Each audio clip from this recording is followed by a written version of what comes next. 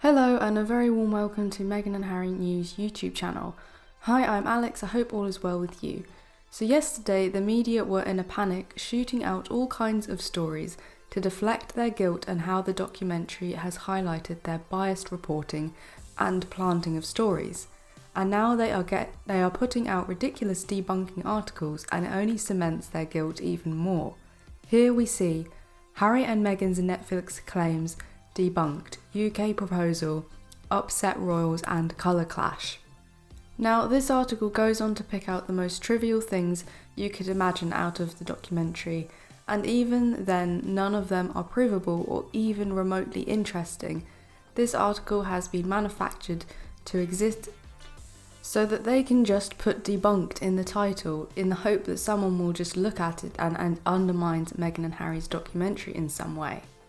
All of these are so trivial, they don't talk about any of the real accusations against the royal family or the media, as they don't even want to bring that up as a subject, as then their readers will possibly look into some more and realise what a bunch of charlatans they are, so they only focus on the trivial. Let's take a look at these claims. The first claim: Meghan didn't know who Prince Has was. In their engagement interview on the BBC, Meghan said she barely knew who Harry was because she is American. This claim is implying Meghan is lying about not knowing much about Prince Harry before she met him. I mean, really, who cares? Even if this was true, it really is of no importance. Their flimsy criteria for evidence is an interview she did, which was featured in the show. Meghan and Harry are seen reacting to an old interview of hers from less than a year before they met. During the chat, the interviewer asks Meghan to pick between Prince William and Prince Harry, to which she shrugs and pauses before eventually choosing her husband. It is very clear from the interview that Meghan looks confused with the question. Her reaction is that of not really knowing about them and is led by the interviewer when she answers Harry, which if anything backs up her not knowing much about them.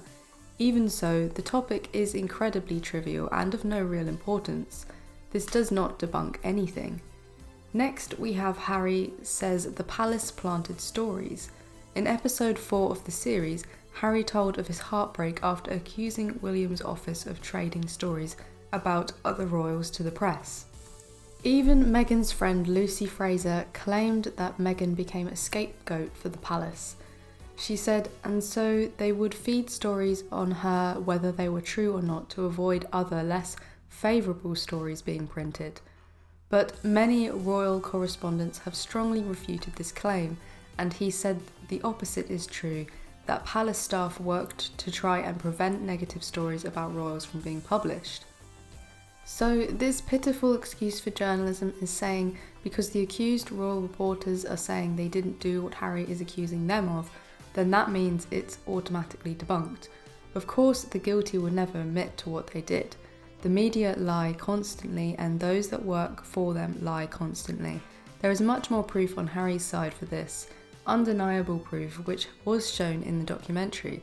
It doesn't debunk anything, it only reinforces the documentary's claims. Another claim: Harry didn't know Nottingham's cottages' former residents. This is again the media attempting to focus on trivial topics within the documentary and not on the real important topics and claims. And this claim is because Harry said that whoever lived there before must have been small because the house was very small. This is so trivial and boring that it's not even worth continuing with. This also doesn't debunk anything, it doesn't even mean anything, completely pointless subject. Next one is Harry and Meghan had to get engaged in the UK. Prince Harry has told viewers that he was forced to propose to Meghan in the UK. He claims he had to ask the late Queen for her approval to get down on one knee to Meghan, which happened while they were living at Kensington Palace. This is another trivial subject, which this poor excuse for an article even admits is true, so they are debunking their own debunking article. They say that the story is mostly true, apart from that he was banned from doing it outside of the UK. Once again, this is completely inconsequential and trivial, and the reason for this is because they cannot debunk the big claims, like how they were bullied out of the royal family, how the firm planted stories, how the media and them are colluding together in an everyday smear campaign for the last 3 years.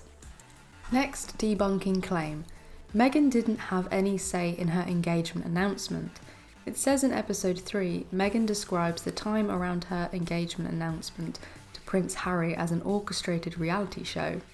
She adds, "My point is we weren't allowed to tell our story because they didn't allow it." BBC journalist Mishal Hussain, who conducted that interview with the Sussexes, has strongly disputed Meghan's claim. Well, of course he would. I think everyone knows that such interviews are usually scripted to a certain degree. Both the interviewer and interviewees are briefed in advance.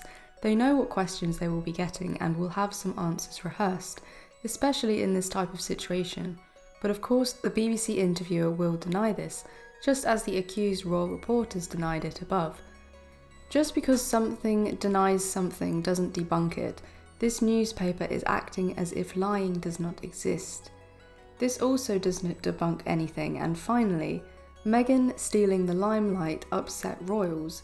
It says, in the 4th episode, Harry suggested that Meghan was better on royal engagements than those born to do this, and said this upset people.